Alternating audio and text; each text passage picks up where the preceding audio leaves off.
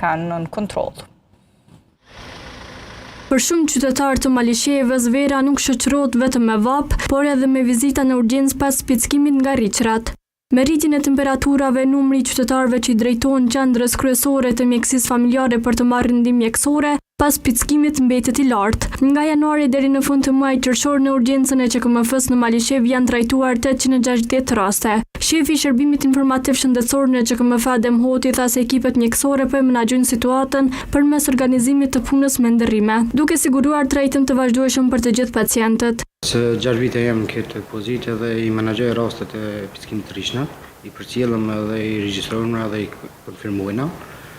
Dhe deri me tash kemi 860 raste, gjendja është e qetë, këna fillu me vidisimin e përshkolla me ligjërata, këtu kurset i kena gjitha, jemi stafi i përgatitëm për heqjen e rriçnit për shkak që është një kohë gjatë që jemi të marrë me këtë pjesë si Malishevë, si QKMF.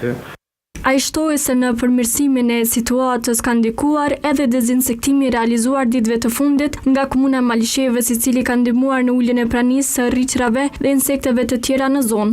Kështu që komuna ka marrë hapat e jemi dhe ka bërë komisionin për këtë problem, ka filluar me dezinfektimin, ka shku puna mirë është të shku qetër gjendja, nuk është diçka më shqetësua absolutisht.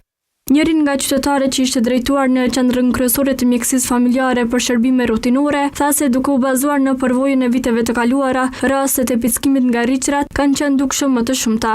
Jo, se vjet nuk ka çast raste të shpeshta, pa thuaj dy pa flitë si ka pak aty këtu, po raste të rënda s'ka. Megjithatë, dhënat e QKMF-s në Malishevë tregojnë se në të njëjtën periudhë të viteve të kaluara, rastet kishin kaluar mbi 1000. Drejtuesit e institucionit vlerësojnë se ulja e numrit të rasteve këtë vit tregon një përmirësim të situatës.